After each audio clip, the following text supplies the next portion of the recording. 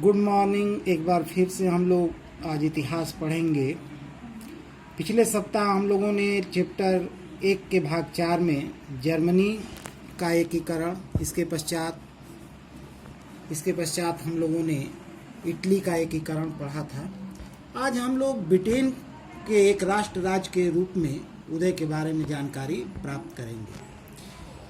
राजनीतिक शास्त्र के विद्वानों का मानना है कि राष्ट्र राज्य की वास्तविक अभिव्यक्ति जो है वो ब्रिटेन में हुई है, क्योंकि जिस तरह जर्मनी और इटली में क्रांति या सैनिक अभियान के माध्यम से राष्ट्रीय एकीकरण हुआ, उस तरह का सैनिक या राजनीतिक अभियान हमें ब्रिटेन में देखने को नहीं हुआ, बल्कि यहाँ राष्ट्र राज्य का विकास एक लंबी प्रक्रिया के दौरान हुआ।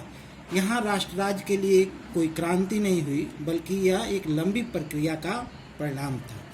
18वीं शताब्दी में ब्रिटिश राज्य नाम का कोई अस्तित्व नहीं था, बल्कि यहाँ के लोगों की जो पहचान थी वह निर्जाति थी। निर्जाति का तात्पर्य ऐसे लोगों के समूह से है जो अपने आप को एक विशेष संस्कृति, विशेष धर्म, विशेष नस्ल के लोग से जुड़ा मानते हैं। जैसे हमारे यहाँ कोई अपने को हिंदू मानता है, कोई मुसलमान मानता है, कोई क्षत्रिय मानता है। उसी तरह इंग्लैंड के विभिन्न जो द्वीप थे, वहाँ के लोग अपने आप को अंग्रेज, वेल्स, स्कॉटिश या आयरिश मानते थे। लेकिन जैसे जैसे इंग्लैंड आर्थिक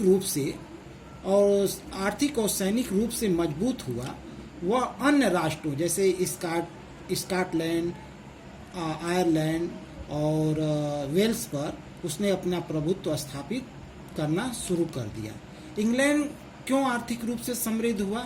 इसका कारण यह था कि सबसे पहले औद्योगिक क्रांति जो थी वह इंग्लैंड में ही हुई थी, और जिसके कारण वहाँ बड़े पैमाने पर आर्थिक संपन्नता आई, और इसका फायदा उठाकर उसने अपने अन्य द्वीप समूह पर प्रभुत्व स्थापित करना शुरू किया। 1688 में इंग्लैंड में रक्तहीन क्रांति हुई थी। उस समय वहाँ का शासक जेम्स द्वितीय था। इस क्रांति के माध्यम से राजतंत्र का अंत हो गया और संसदीय लोकतंत्र की स्थापना हुई, क्योंकि एक लंबे समय तक प्रभुसत्ता किसके हाथ में हो, इसको लेकर संसद और राजा के मध्य संघर्ष चल रहा था, जिसकी अंतिम परिणति 1688 में हमें देखने को मिलती है, जब राजा को अपनी गद्दी छोड़नी पड़ी और प्रभुसत्ता जो था वो संसद के हाथ में आ गया।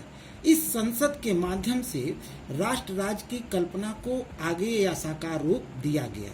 1707 में इंग्लैंड और स्कॉटलैंड के बीच एक्ट ऑफ यूनियन नामक एक संधि हुई, और इस संधि के माध्यम से United kingdom of great Britain का गठन किया गया। एक बार फिर से ध्यान देंगे कि 1607 में इंग्लैंड और स्कॉटलैंड के बीच एक्ट ऑफ यूनियन के माध्यम से United kingdom of great Britain का गठन किया गया। इस तरह से संसद में स्कॉटलैंड और अंग्रेज दोनों के प्रतिनिधि थे, लेकिन संख्या बल जो था वह अंग्रेजों के पक्ष में था, और यही कारण था कि अंग्रेजों ने धीरे धीरे करके स्कॉटलैंड की संस्कृति और वहाँ के राजनीतिक संगठनों को योजनाबद्ध ढंग से धीरे धीरे दबा दिया। यहाँ तक कि स्कॉटलैंड के लोगों को अपनी भाषा गेलिक और वहाँ के पोशाक को पहनने पर भी प्रतिबंध लगा दिया गया।